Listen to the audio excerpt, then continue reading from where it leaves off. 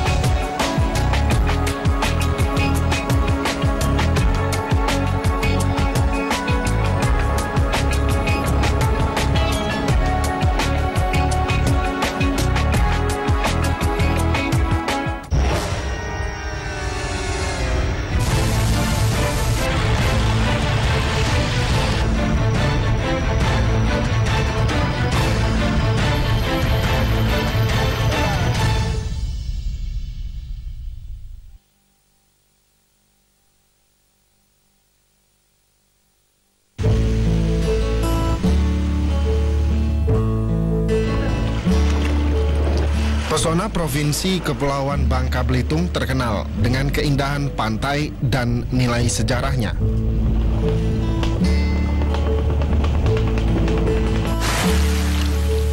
Bibir pantai yang membentang di sebagian besar pulau dibalut oleh gugusan bebatuan granit yang super keras nan indah.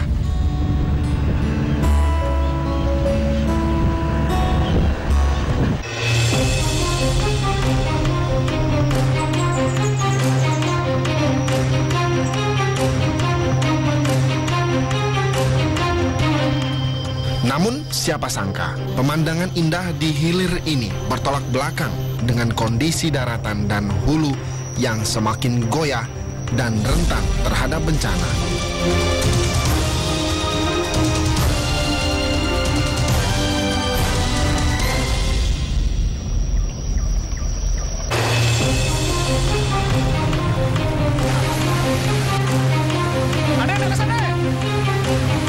Senin 8 Februari 2016, hampir seluruh kabupaten kota khususnya di Pulau Bangka luluh lantak dilanda banjir.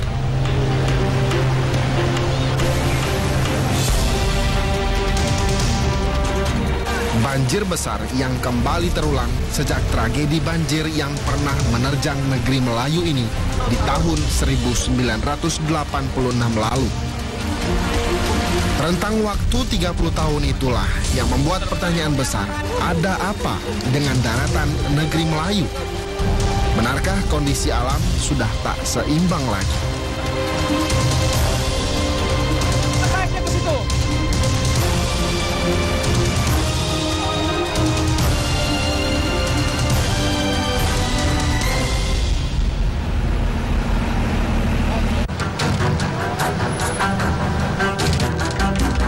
Badan Penanggulangan Bencana Daerah Provinsi Kepulauan Bangka Belitung pada Selasa 9 Februari mencatat ada 4.000 lebih warga di Pulau Bangka mengungsi akibat banjir besar yang menyerang Kota Pangkal Pinang, Kabupaten Bangka, Bangka Tengah, Bangka Selatan, dan Kabupaten Bangka Barat. Warga yang menjadi korban banjir ini pun mengungsi ke posko-posko yang sudah dibuat oleh pemerintah daerah setempat.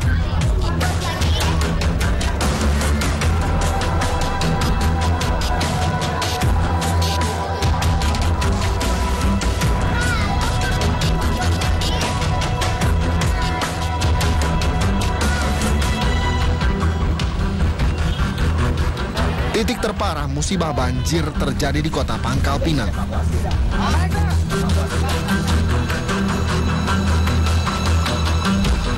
Banjir yang melanda Kota Pangkal Pinang membuat aktivitas perekonomian dan perdagangan di ibu kota Provinsi Kepulauan Bangka Belitung menjadi lumpuh. Tak hanya itu, sejumlah infrastruktur mengalami kerusakan, seperti saluran air dan jembatan, fasilitas dan sarana pemerintahan, ribuan rumah warga, belum lagi kerugian materi dan harta benda yang dialami oleh warga korban banjir. Musibah banjir yang terjadi hampir di seluruh kecamatan diperkirakan menelan kerugian hingga 94 miliar rupiah.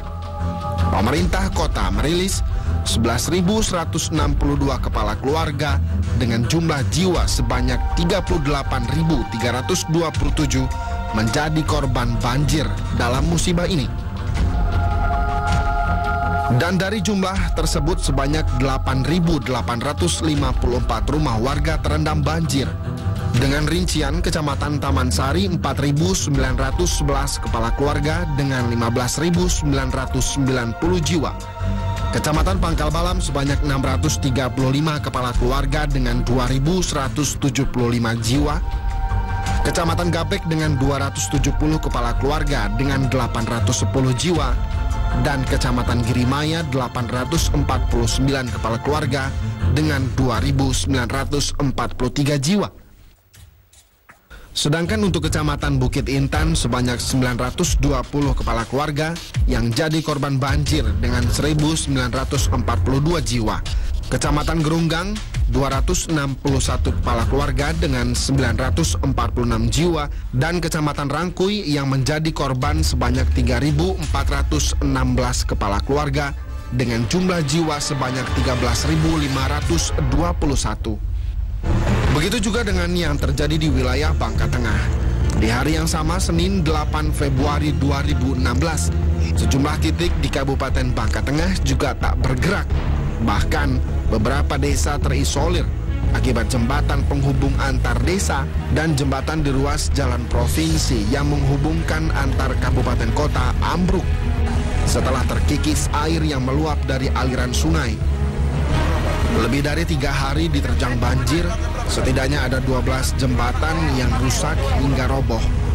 Warga yang belum tersentuh oleh bantuan pemerintah pada waktu itu langsung membuat jembatan darurat yang terbuat dari kayu.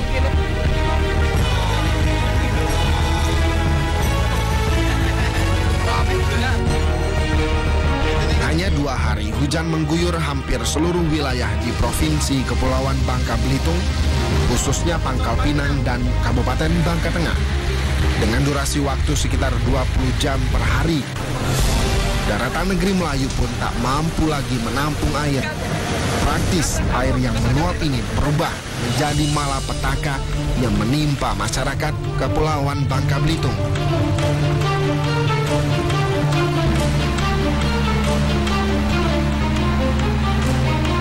Badan Meteorologi, Klimatologi, dan Geofisika mencatat banjir yang melanda Bangka Belitung akibat curah hujan yang terjadi pada tanggal 7 dan 8 Februari 2016 tergolong tinggi atau dengan akumulasi mencapai 290-an mm.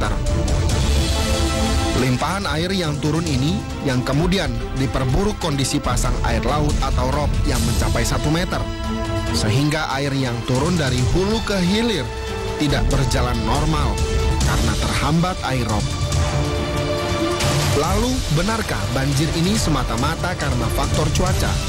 Benarkah campur tangan manusia tak ada pengaruhnya terhadap amukan alam ini?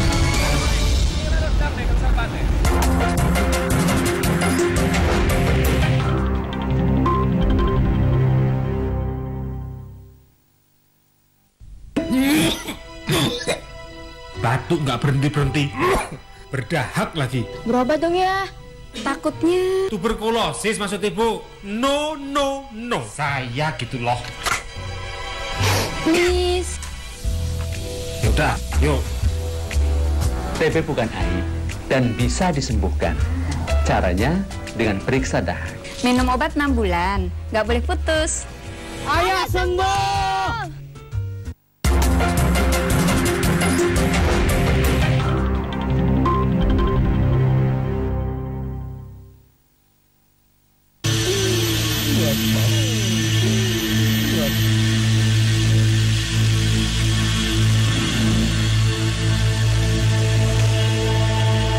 Pemerintah Provinsi Kepulauan Bangka Belitung melalui Dinas Kehutanan mendata total lahan kritis mencapai 201.067 hektar. Dan faktor kerusakan lingkungan inilah yang turut menyumbang minimnya wilayah resapan air, sehingga bumi Laskar Pelangi ini tak maksimal lagi dalam menyerap air hujan. Ya, yang cukup kita rasakan saat ini yaitu yang kemarin ada bencana banjir itu ya. Bencana banjir memang banyak faktor yang mempengaruhi. Yang paling utama di sana adalah karena menyempitnya media-media aliran air yang merupakan media untuk menyalurkan air dari permukaan ke wilayah laut gitu ya. Itu sampai saat ini sudah mengalami penyempitan baik ruang lebarnya maupun kedalamannya, dan itu harus kita perbaiki bersama. Kemudian bukaan lahan yang tidak disertai dengan revegetasi gitu ya, menimbulkan erosi dan pengikisan tanah-tanah yang kemudian sedimen tersebut masuk ke wilayah perairan dan itu menyebabkan kedangkalan gitu ya. Kemudian lagi ada kegiatan-kegiatan masyarakat, pembangunan mungkin yang menimbun rawa-rawa yang merupakan fungsi resapan air itu harus kita jaga bersama, jangan sampai itu kita laksanakan karena itu merupakan tempat air untuk menyerap ke lingkungan sekitarnya. Iya, sangat berkontribusi besar ya dengan peristiwa banjir yang kemarin terjadi hampir di seluruh kabupaten kota di Bangka Belitung. Jadi ketika hutan sudah tidak bisa lagi berfungsi dengan baik karena diekstrak atau dibongkar untuk pertambangan timah maupun perkebunan sawit skala besar, maka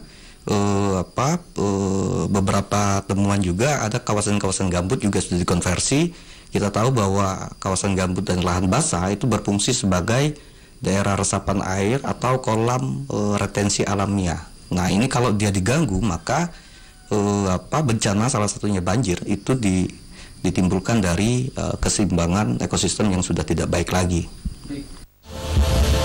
Jika merunut prosesi mengalirnya air di Pangkal Pinang dan Bangka Tengah, keberadaan Gunung Mangkol di perbatasan antara kota Pangkal Pinang dan Bangka Tengah memiliki peran yang sangat vital.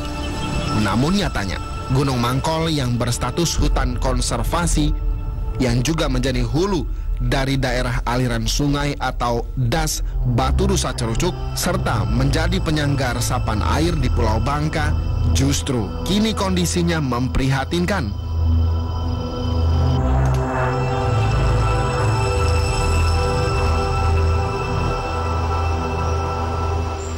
Fakta mengejutkan didapatkan dari luas hutan konservasi Gunung Mangkol seluas 6.000-an hektar. Hampir 80%-nya rusak parah.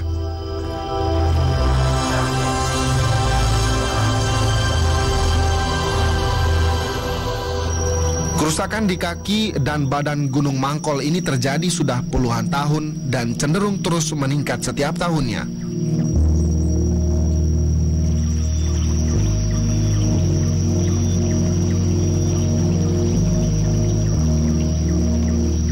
Parahnya, kerusakan ini dilakukan langsung oleh warga sekitar, mulai dari perambahan dengan bercocok tanam dan berladang tanaman komoditi seperti lada,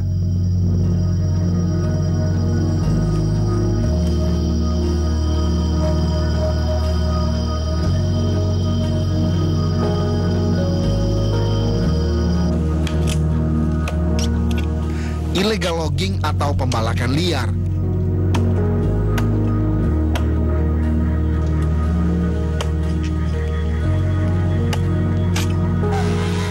serta illegal mining atau pertambangan timah ilegal. Jumlahnya tak main-main, ada sekitar 300 kepala keluarga yang terlibat dalam perambahan hutan Gunung Mangkol.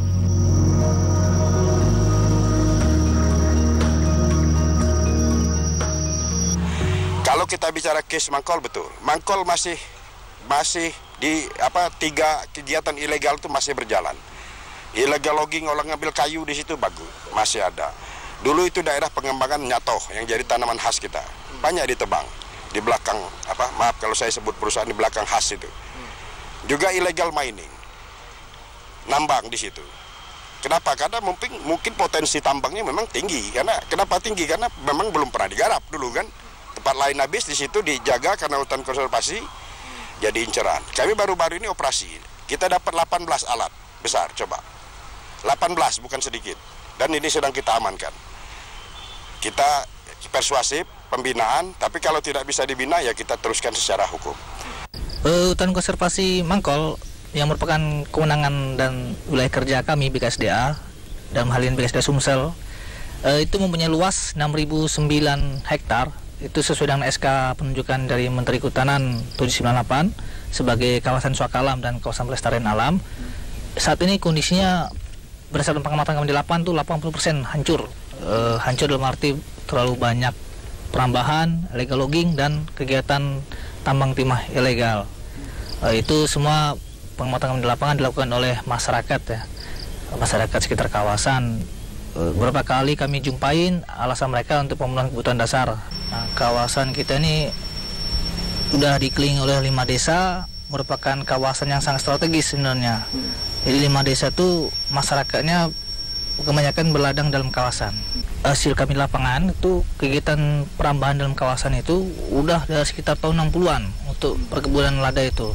Sementara untuk kegiatan penambangan timah itu memang baru-baru saja, itu meledaknya sekitar di tahun 2007-an. Itu baru meledaknya. Tapi untuk kegiatan peladangan atau illegal logging perambahan itu udah tahun 60-an.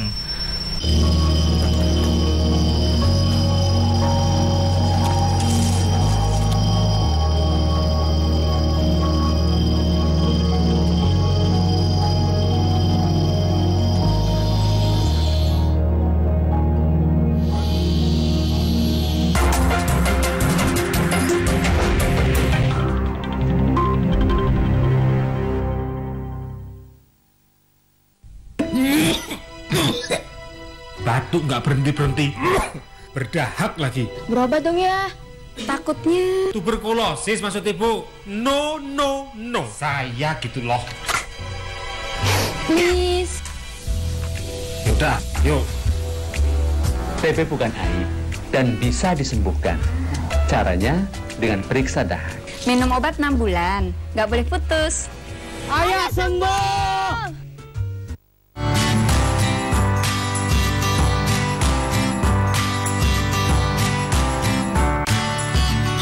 Dari Desa, setiap Rabu pukul 13 di TVRI, saluran pemersatu bangsa.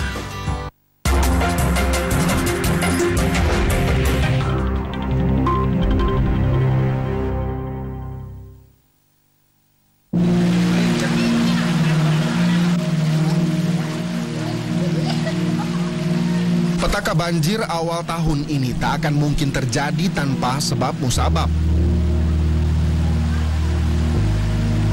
Ulah tangan manusia juga disinyalir menjadi faktor paling berpengaruh terhadap keseimbangan alam. Belum selesai dengan kondisi hutan yang hancur, persoalan mengerucut pada aliran anak sungai yang mengalir di permukaan atau karakteristik biofisik das.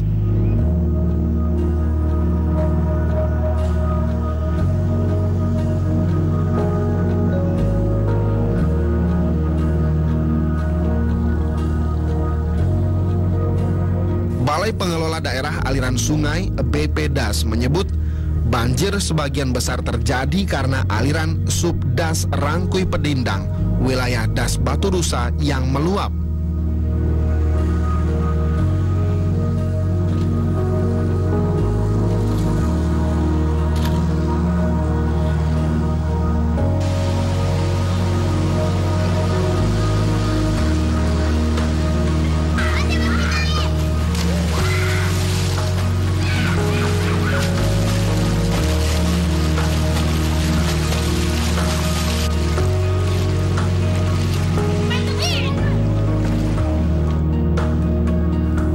Tingkat sedimentasi atau endapan lumpur di das akibat aktivitas pertambangan dituding sebagai biang keladinya.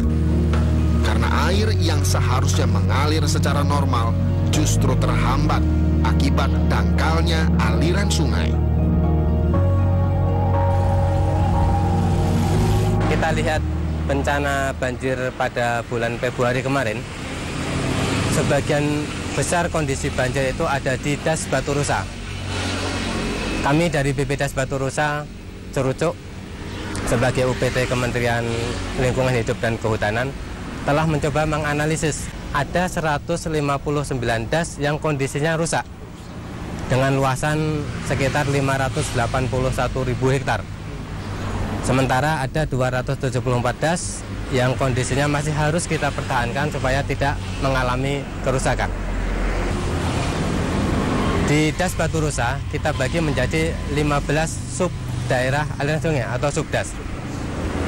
Kondisi banjir kemarin tanggal 8 tanggal 9 itu ada di subdas Pedindang dan Rangkui.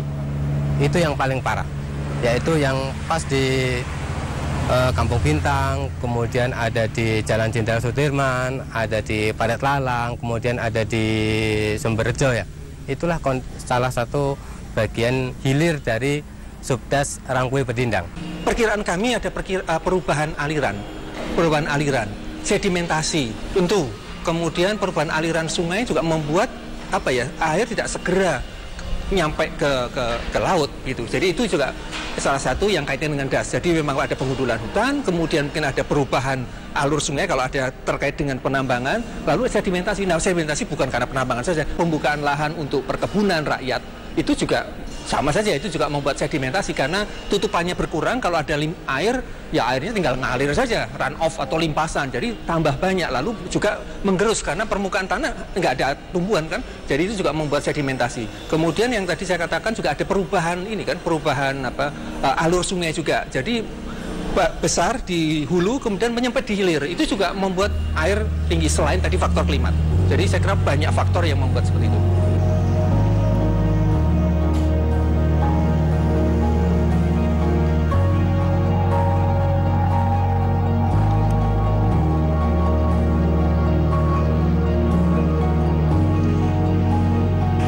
Langkah pemerintah dalam mencegah terjadinya banjir kini masih ditunggu.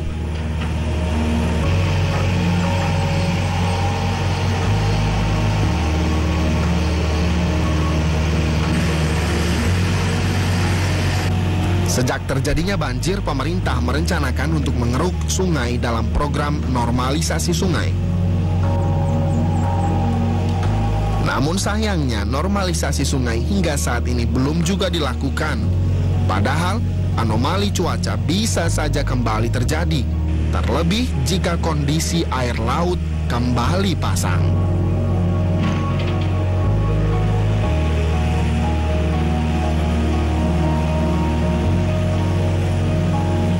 Menormalkan sungai, artinya seharusnya sungai yang pada awalnya belum diganggu, ya itu seharusnya yang dilakukan, ya kan, bukan yang berkelok-kelok diluruskan, tidak, karena memang justru memang itu kontur alamnya memang seperti itu. Kalau diluruskan mungkin jangan-jangan malah alirannya menjadi deras gitu. Saya kira menormalkan itu, lalu karena fungsi sungai adalah mengalirkan air dengan baik, ya mungkin ada beberapa timbunan-timbunan sampah atau apapun yang mengganggu, ya harus dikeruk misalnya seperti itu. Itu yang menurut saya dinormalkan. Kemudian juga normalkan sungai juga berarti di sekitar di sepadan sungai juga harus ada dibersihkan dari bangunan. Betul nggak bahwa sekian meter dari sepadan sungai harus bebas? Kemudian juga ada vegetasi di sekitar situ untuk mempertahankan supaya tidak cepat ambruk kalau kena airannya banyak, karena akar-akarnya juga akan memencengkram dari ini sungai-sungai itu. Misalnya seperti itu. Kalau di Jakarta kemarin saya lihat beberapa yang sudah sangat ini nggak mungkin kita tanam pohon sempadan di semen, misalnya seperti itu. Minimalisir terhadap banjir, memang seyogyanya untuk Kota Pangkal Pinang harus ada yang namanya pengalihan terhadap pasang surut dari air laut dan penanganan terhadap apabila terhadap cuaca buruk kalau berhari-hari sudah terjadi turun hujan. Bukan tanggap darurat lagi, tapi adalah perencanaan secara globalitas dan memang urgensi tingkat tinggi sehingga membutuhkan dana paling besar. Nah, untuk yang memang kita lakukan tanggap daruratnya di APBD Mendulu ini kami melakukan dengan cara normalisasi dan pengerukan, tapi yang sifatnya stimulan di berapa lokasi, hampir rata-rata 250 lokasi di seluruh kabupaten kota, satu kota 6 kabupaten. Jadi ini tidak main-main, dalam arti kata walaupun memang kami dalam jangka waktu dekat ini masih kendala dengan terbatas anggaran, tapi di mana di APBD Mendahulu ini lewat DPR Provinsi sudah menyetujui dan kami ke Kemendagri juga sudah menyetujui. Insya Allah kami akan berbuat untuk pelaksanaan fisiknya ini di akhir bulan Maret ini.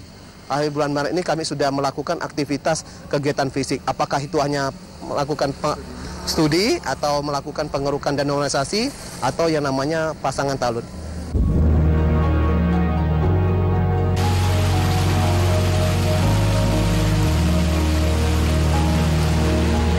Normalisasi sungai sejatinya menjadi langkah reaktif yang ditempuh pemerintah dalam menangani persoalan banjir.